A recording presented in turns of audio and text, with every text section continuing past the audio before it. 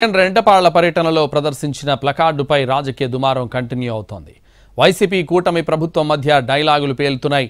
Cinema dialogue ప్రదర్శిస్తే తప్పేంటని Jagan ప్రశ్నించగా దీనికి Pawan Kalyan counter ఇచ్చారు.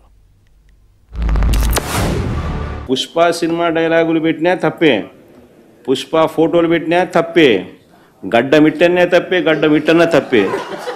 ఏంది స్వామి ఇది? ఏ ప్రపంచంలో ఉన్నాము? ఇదంతా డెమోక్రసీలో ఉన్నామా? డెమోక్రసీలో లేమా? టీడీపీ యాక్టివ్ మెంబర్ అయినా కూడా వైసీపీలోకి తాను చేరి టీడీపీ వాళ్ళ ఫోటోను, టీడీపీ వాళ్ళ మీద ఆయన ఆక్రోశం చూపిస్తూ గంగమ్మ జాతరలో పొట్టేళ్ళు తలలు నరికినట్టు రపా రపా అని నరుకుతానని చెప్పి ఆయన అంటానంటే దాని అర్థమైంది. మరి చంద్రబాబు నాయుడు అనే వ్యక్తి ఇంత మోసం చేస్తూ ఉన్నాడు కాబట్టి ప్రజలు అంత కోపాన్ని చూపిస్తూ ఉన్నారు. రోడ్ల మీదకి వచ్చి బ్యానర్లు పట్టుకొని గొంతుకులు కూసేస్తాం.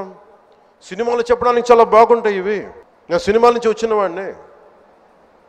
సినిమాలు చెప్పడానికి చాలా బాగుంటాయి. నిజ జీవితంలో నమ్మి మోసపోకండి. కాలు మక్కిలు ఎరకొట్టు కింద కూర్చోబెడతాం. జాగ్రత్త, పిచ్చి వేషాలు వేయకండి ఎవరు కూడా.